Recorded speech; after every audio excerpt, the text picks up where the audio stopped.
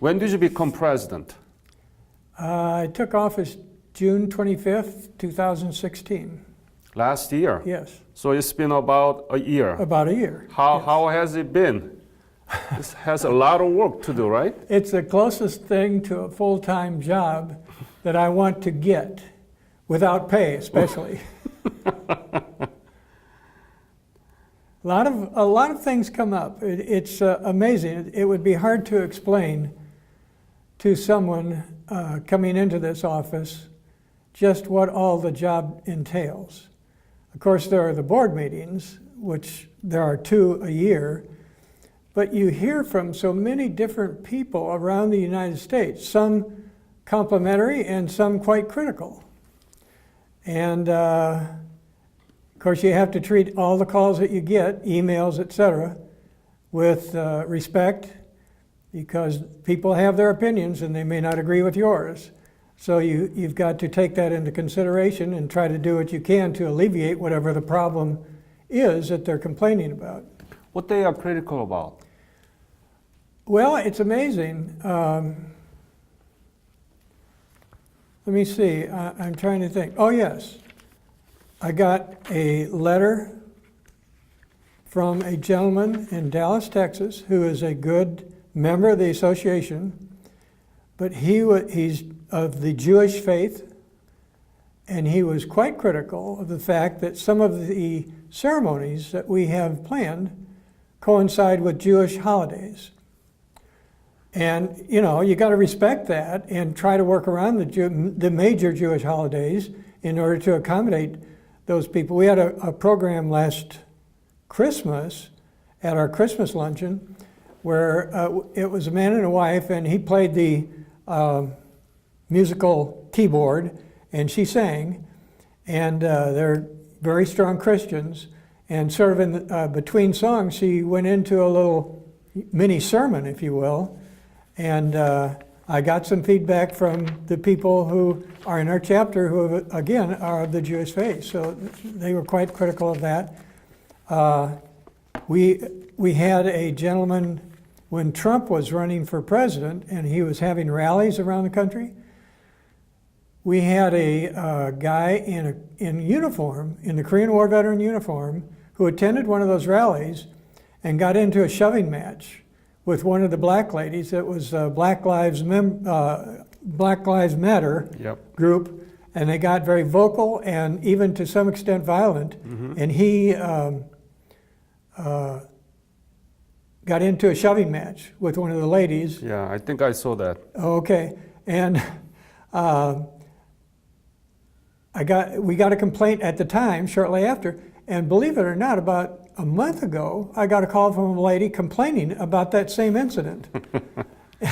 And she felt that we should strip him of his uniform. He should not be wearing, and as a matter of fact, back at the time that it happened, we were in contact with the president of his chapter who administered some disciplinary action, and I'm not sure exactly what that entailed.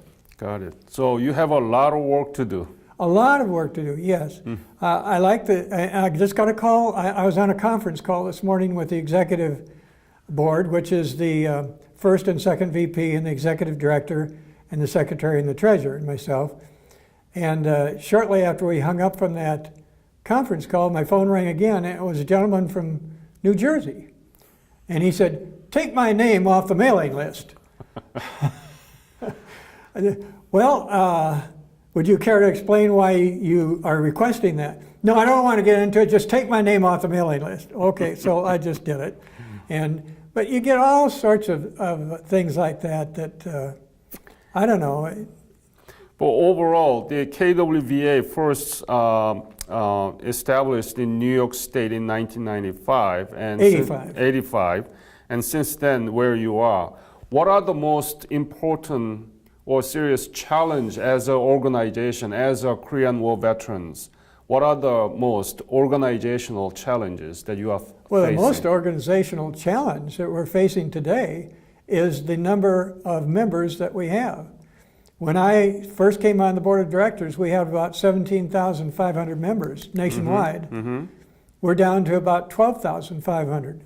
And that is primarily because of people passing away. Within our own chapter, we were formed in the year 2000, and I believe now, since we were formed, we have had approximately 50 members pass away in the last 17 years, just from our chapter. So if you extrapolate that to the nationwide, you can see what the problem is. The problem is that although our membership is open to Korean defense veterans, those people who served in Korea since the armistice,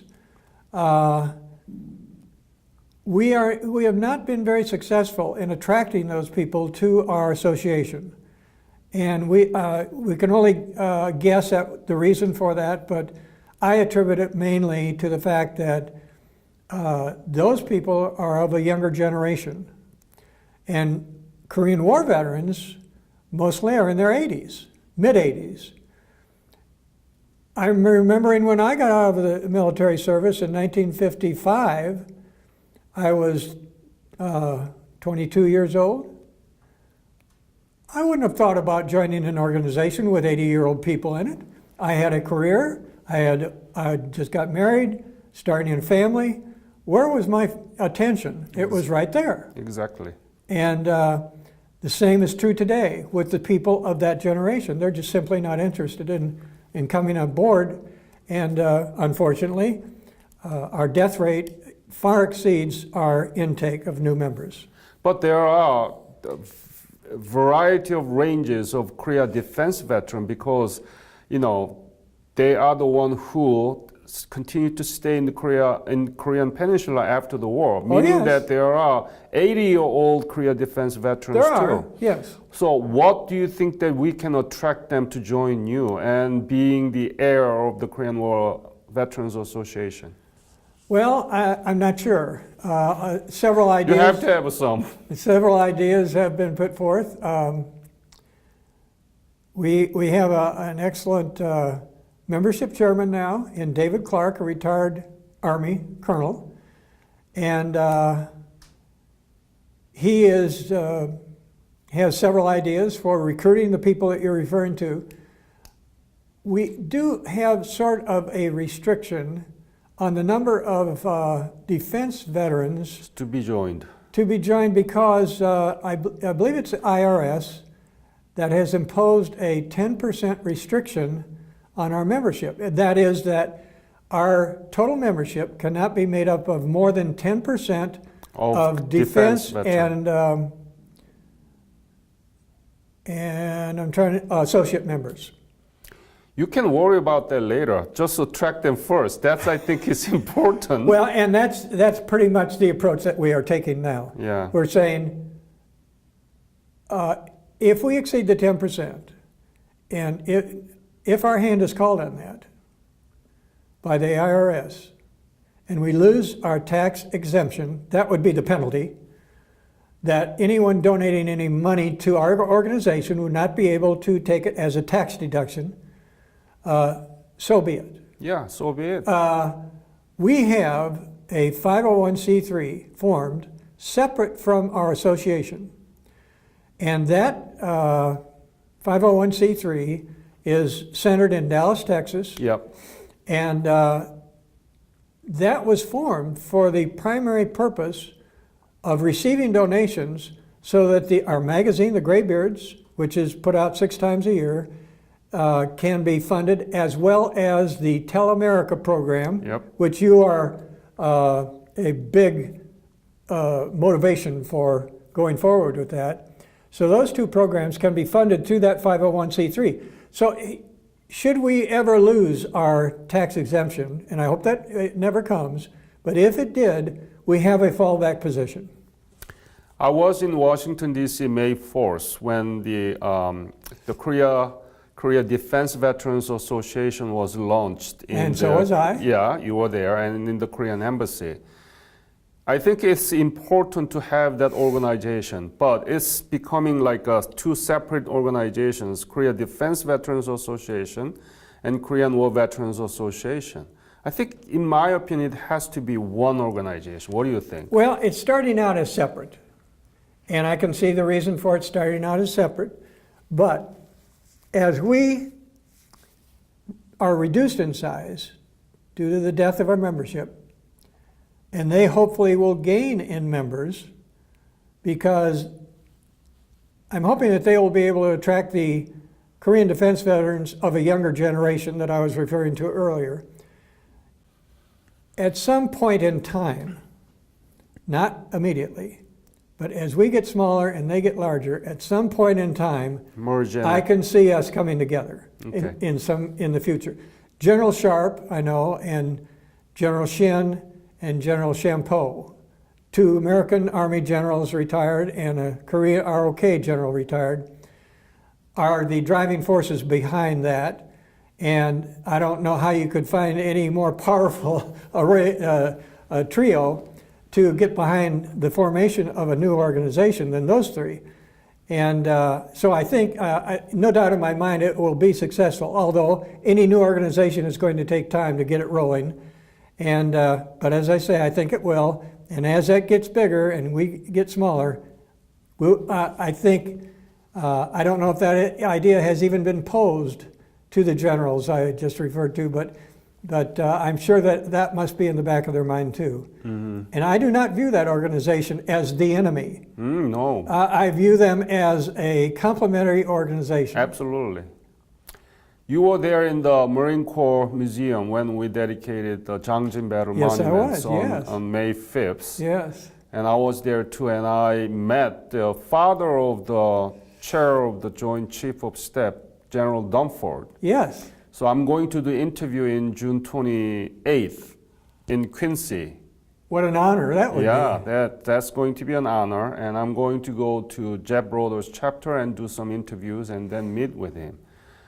And all these things that my foundation, Korean War Legacy Foundation, is doing is to educate our future generations. And I think that's the point that you made in your inauguration speech in the Graybeard. What do you think about the whole thing, that what do we need to do and how we can work together more and so on, please?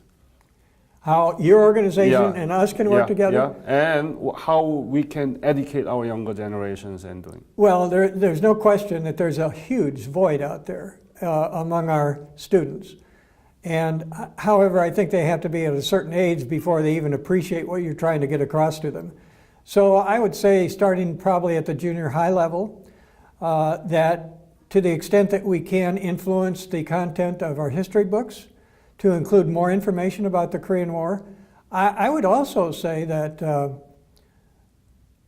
some Korean history would be in order for people in junior high and high school. I just finished reading a novel called The Living Reed by Pearl Buck. Have you read that? Yep. Oh, what a wonderful Pearl Buck, yes. Pearl Buck, yes. Yeah. And what a wonderful book. And it gives you a lot of history about Korea. And I learned a lot just from reading that book. There's another one called The Soul Man. Have you heard of that? Well, it's a gentleman who was in the automobile industry here in the United States, married a young lady in the Foreign Service. And her first assignment was Seoul, Korea. So he went with her, and he got a job at Hyundai. Hyundai. Yeah, well, Hyundai, okay. Anyhow, he spent, I think, 3 years in Seoul, in Korea, with his wife, and he wrote this book called The Soul Man. As a matter of fact, what got me onto it, I went to a program at the Truman Presidential Library where he spoke. And he was telling about some of the customs in the country of Korea that were totally foreign to him, and he had to adjust to them. He had to adjust to the way corporate society works in Korea, which is quite different than ours. That's another book that I would encourage any student to read. It's entertaining in a way, but informative also.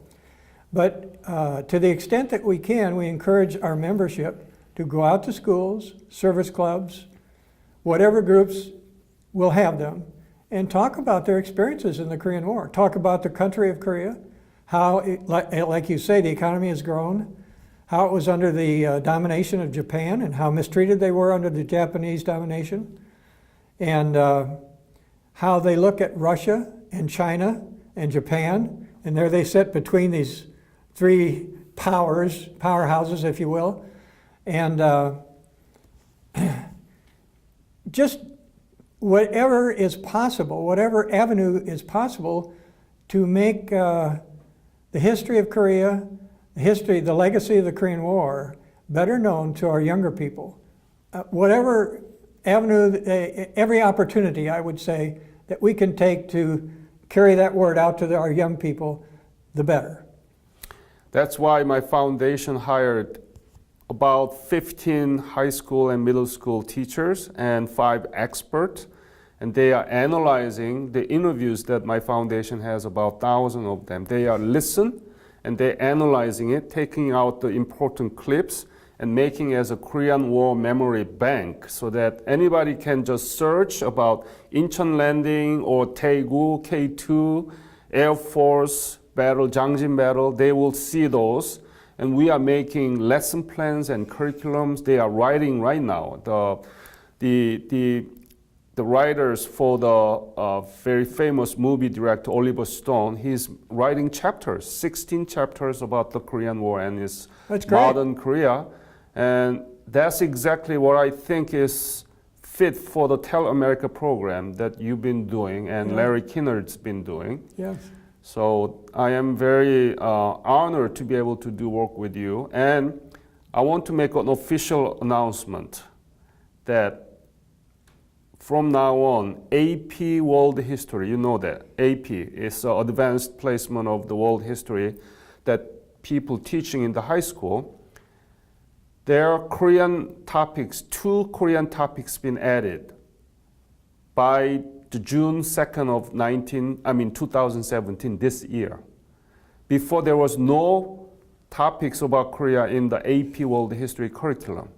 So from now on, in 50 states, almost 200,000 high school students will learn about Korea. Wonderful. Yeah, that's been done based on the works of my foundation. And the teachers that have been working with us were able to make that. So it's a dynamite, and imagine 200,000 high school students will, with or without their interest in Korea, have to learn about Korea from now on. Good. So far, 17 topics for Japan, 16 topics for China. But there was no topics on Korea at all. So I am very, very proud of what we were able to achieve. And I want to continue to work with the KWVA. And we want to continue to work with you. Yes, sir. And we're going to go to President Truman's library tomorrow, right? Yes. Yes. And I wonder if we can host a big convention here with the Korean War Veterans annual reunion and teachers together. Oh, sure. Do you think we can do that? Yeah. Yeah, I don't see why. Let's plan those.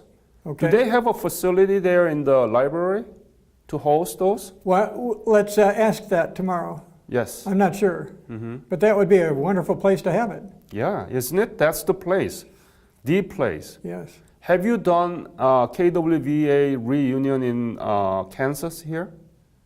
No. No. Not in the president's library either, right? No. No. I think we need to do that. That'd be good. He's the president who decided to send American men and women to there. Yeah. Yeah. I just heard this morning you were encouraging Jack to go on the revisit program. Yep. That the new president of South Korea has said on those revisit programs he wants the Korean War veterans to stop at the Blue House. Yep. That has not been done before. Yep.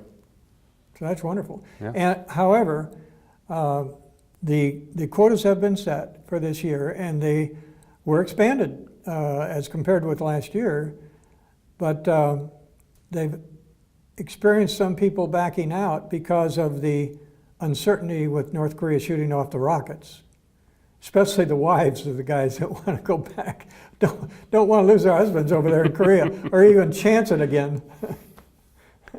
We'll be all right because there are about 30,000 U.S. forces there, and Korean Yes. military is not anymore what it used to be. So, The thing that really, had dinner at General Shin's house. He was kind enough to invite my wife and I out there for dinner one night, and I asked him if he thought that North and South Korea would ever unify. And he was so definite with his answer, it kind of surprised me. He said, yes, very definitely. That is in the future. yep. I hope it is. Yes, it's Wouldn't going that to be wonderful? It's going to be happening. You have to live You have to what? Believe? You have to live until 100 years. Oh, okay, yeah. Maybe not in our lifetime is what you're saying. It should be in my generations. Okay. I hope so. Yes. Any other message about this whole interview series in your chapter? No, I'm pleasantly surprised at the number of people who said they are willing to be interviewed. I thank you very much, Jack, for your interview. And you had the three prior to Jack, is that right? Yeah. This morning. Yep. And we've got one more to go today, and then you're coming to the meeting tonight. Mm-hmm. And I think at the meeting tonight, maybe there'll be additional people who will sign up for interviews. So I'll be busy. Yes, hopefully. I want to make your trip worthwhile. Oh yeah, it's my great honor to be here in Kansas for the first time, the prairie that I've been looking for, and your chapter, President's chapter, and there are a lot of things to be done, even For sure. at this point, about the legacy of the Korean War, and we'll be there, okay? Okay. All right, Good. thank you. Yes, sir. Thank you.